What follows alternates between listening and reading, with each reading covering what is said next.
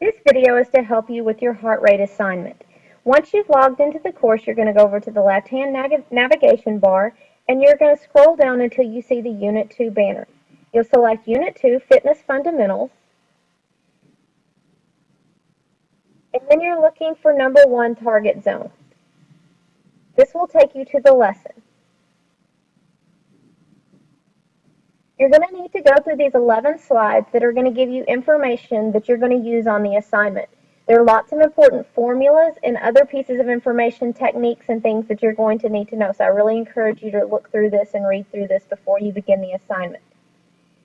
Once you go to the lesson, you're going to want to select Heart Rate Assignment in the left-hand navigation bar. You'll get a short set of instructions here, but go ahead and click Heart Rate Assignment. This will take you to a different window. You're going to say, OK, open with Microsoft Word. And this is where you can begin the assignment. There's 3 parts to this assignment, and you're going to have to refer back to the lesson to get several different formulas and several different things you're going to need for the assignment. The first part of the assignment is going to take place over 3 days. You're going to be asked to find your resting heart rate. This is your heart rate when you haven't been doing anything, so it's best to take it right after you get out of bed in the morning. If you're not sure of how to do that, go back to your lesson and it tells you in there the best technique for finding your heart rate. You're going to do this on day 1 and record your information right here. You'll do the same steps on day 2 and place that information here. And you'll do it for a 3rd time on day 3, listing your resting heart rate here. Once you've gotten your data for all 3 days, you're going to find your average. You'll place that right here. Step 2 is going to ask you to find your maximum heart rate, and it's going to want to show your work. You're going to need the formula from the lesson, so you'll go back to your lesson PowerPoint if you need to. And you're going to complete the steps to find your maximum heart rate. Once you've done the work, then you'll list your maximum heart rate right here. Step 3 is going to ask you to find your target heart rate.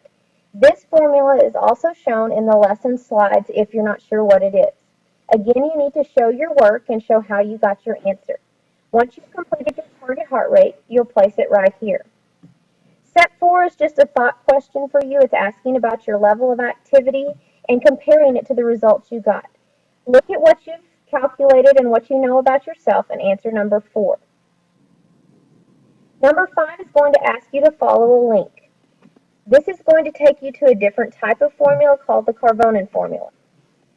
When you go to this site, it's going to give you the definition of how to find the formula in Word. So it's talking about 220 minus your age, gives you your max heart rate. Your max heart rate, you're then going to subtract your resting heart rate that you found.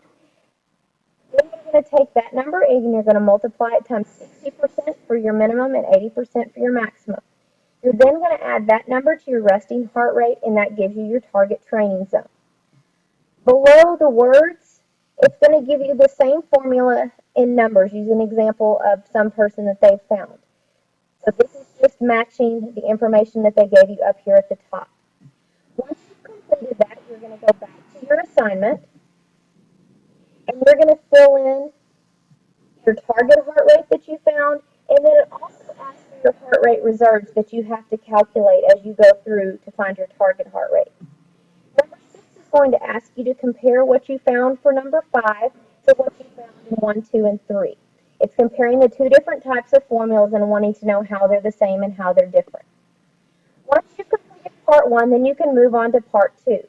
Part 2 is going to ask you to use some of these same steps except on different people. We're wanting to compare and see how people of different ages' heart rates compare. You're going to want to find 3 different people who are not the same age. It doesn't matter who you use, but you want to make sure they have different ages. You're then going to tell us their name, their age. You're going to calculate the max heart rate. Again, that formula comes straight from your lesson slides. And then you're going to calculate the target heart rate. This also comes from your lesson slides. You'll do the same thing for person 2 and person 3. Once you've completed that, you can move on to part 3. Part 3 is going to ask you to try different activities and see how those activities affect your heart rate. It gives you the 3 activities that it wants you to use.